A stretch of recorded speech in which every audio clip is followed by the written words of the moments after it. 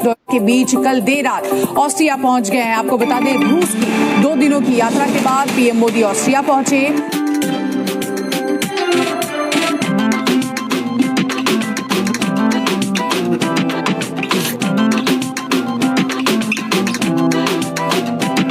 तो वो जा रहे हैं, मिल रहे हैं, एक रिलेशनशिप जो है वो है, ये चीजें जो है वो नजर आ रही हैं।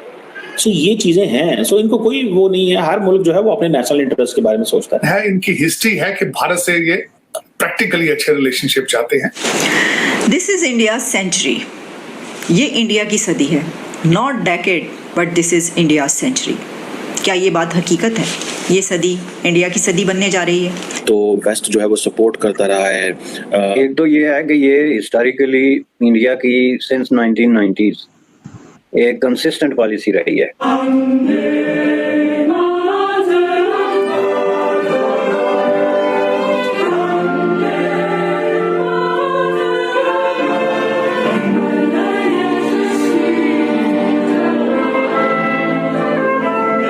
इंडिया इस चीज़ की कभी परवाह नहीं करता क्योंकि वो एक बहुत पावरफुल इकॉनमी है। यूरोप ने हमेशा उनकी इस चीज़ से मुखालफत तो की है लेकिन खुल के उनके खिलाफ कुछ कर नहीं पाया। हर बंदा अपने नेशनल इंटरेस्ट को प्रोटेक्ट करता है यार। कोई बंदा किसी दूसरे मुल्क के नेशनल इंटरेस्ट के लिए काम नहीं कर सकता। इट्स नॉट पॉसिबल ना, मुमकिन ही नहीं है आपके काम कर सकें। तो जो आपकी जिम्मेदारी है आप वही करें, आप अपने लोगों को बचाएं, ये है आपकी जिम्मेदारी। आपकी जिम्मेदारी ये थोड़ी है कि आप कहाँ हो रहा है क्या नहीं हो रहा उसको देखें। World's largest democracy is now simply the world's largest everything. ये बात क्यों कही जा रही है? तो इंडिया बहुत क्लियर है अपने तलकात को लेके। वो हमारी तरह नहीं है कि हमारा प्राइम मिनिस्टर जा रहा है मिलने, वो प्यूटन से जा रहा है, जाके मिल वो cameraman.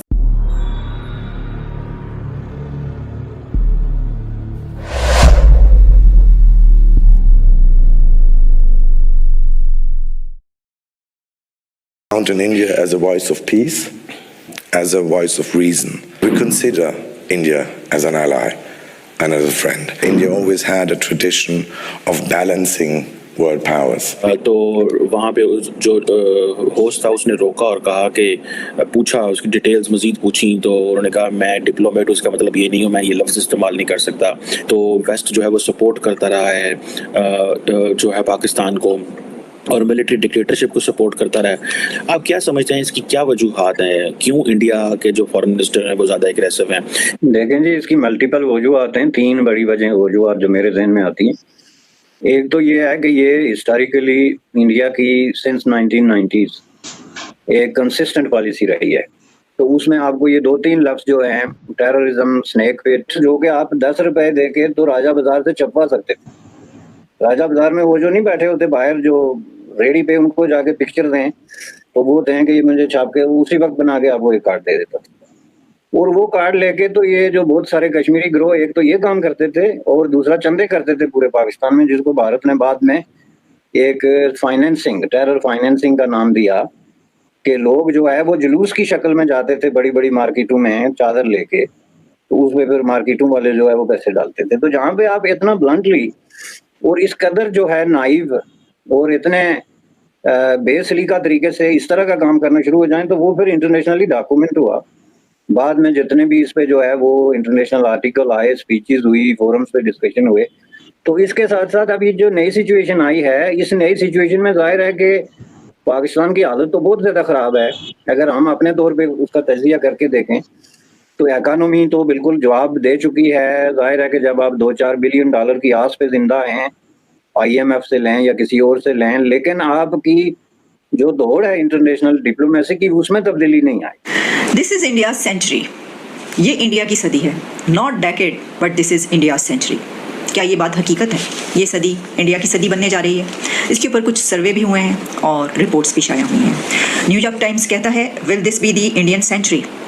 World's largest democracy is now simply the world's largest everything. ये बात क्यों कही जा रही है? एक खास पॉइंट वो आता है कि जहाँ पर 2 कंट्रीज जो कि साथ साथ चलते हुए या आगे पीछे कभी होते हुए दिखाई देते हैं कि लगता है कि ये आगे निकल देंगे और अमेरिका के बाद अब यही इस सेंचुरी को आगे चलाएंगे, वो है इंडिया और चाइना। लेकिन वो कौन सा पॉइंट आता है कि जहाँ पर चाइना पीछे रह जाता है, ये आपको बताएंगे। ये रिपोर्ट्स कहाँ पर आ रही हैं? देखिए, एक तो जैसे मैंने आपको बताया कि न्यूयॉर्क टाइम्स से लेकर दुनिया के जो मीडिया आउटलेट्स हैं वो इसके ऊपर पब्लिश करते हुए नजर आ रहे हैं। इससे पहले भी कई डॉक्यूमेंट्रीज भी बनी इसके ऊपर। और इसके अलावा मैकेंजी एंड कंपनी आप जानते हैं, और ये कंपनी जो है is a global management counselling firm founded in 1926 by university of Chicago, professor James O McKinsey इन्होंने की है। और इस तरह की बहुत सारी कंपनीज और ये इस तरह के सर्वे कर रही हैं कि कौन बनेगा इस सेंचुरी का, इस सदी का बादशाह। ये सिर्फ अब डेकेड तक बात नहीं रह गई, बात बहुत आगे जा चुकी है। तो जैसा मैंने आपको ये बताया कि क्या ये सदी इंडिया की सदी बनने जा रही है, इसके ऊपर थोड़ी सी जब हम नज़र डालते हैं कि वो कौन सी ताकतें हैं, वो कौन से पॉइंट्स हैं, वो कौन से एडवांटेजेस हैं, बेनिफिट्स हैं इंडिया के पास जिसकी वजह से ऐसा हो सकता है। कहा जाता है कि जो 19वीं सदी है वो ब्रिटिश यूनाइटेड किंगडम यानी कि बरतानिया की सदी थी, जो 20वीं सदी थी वो अमेरिका की सदी थी, और जो 21वीं सदी होगी वो इंडिया की सदी होगी, यानी century. 19th century UK, 20th century America and 21st century India. जो मैंने आपको पॉइंट कहा, पहले उस पॉइंट की बात करते हैं कि वो कौन सा पॉइंट है कि जिसमें चाइना पीछे रह गया है और इंडिया आगे बढ़ गया है। एक ग्राफ आपको नजर आ रहा है, न्यूयॉर्क टाइम्स की रिपोर्ट में एक ग्राफ है, और इसमें आप देख सकते हैं कि एक पॉइंट आता है कि इससे पहले तक चाइना ऊपर जा रहा है और इंडिया भी ऊपर जा रहा है, लेकिन इंडिया उससे नीचे है काफ़ी।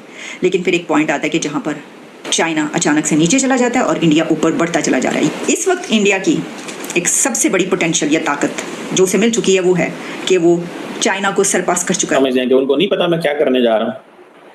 आपको लगता है कि इंडियंस परेशान होंगे कि वेस्टर्न वर्ल्ड क्या सोचेगी?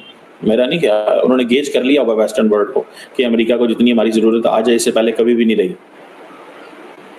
इंडिया ये तो ज़रूर कहेगा कि यूएन चार्टर की खिलाफ वर्जी ना करो, टेरिटोरियल इंटेग्रिटी एंड सॉवरेनिटी की खिलाफ वर्जी नहीं होनी चाहिए, डायलॉग एंड डिप्लोमेसी होनी चाहिए, बैटलफील्ड में मसले हल नहीं होंगे। इंडिया ये तो ज़रूर कहेगा, लेकिन अदर देन दैट आप क्या समझते हैं इंडिया कुछ करेगा? Never ever.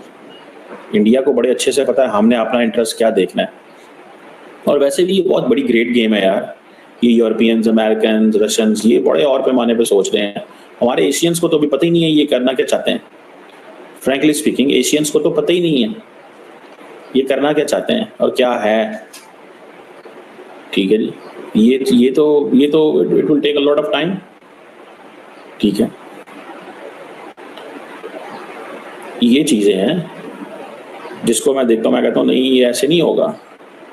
ठीक है जी, ये जो है ना, ये this is something very serious. Indians को बड़े अच्छे से पता है कि हमने पुतिन को क्या कहना है।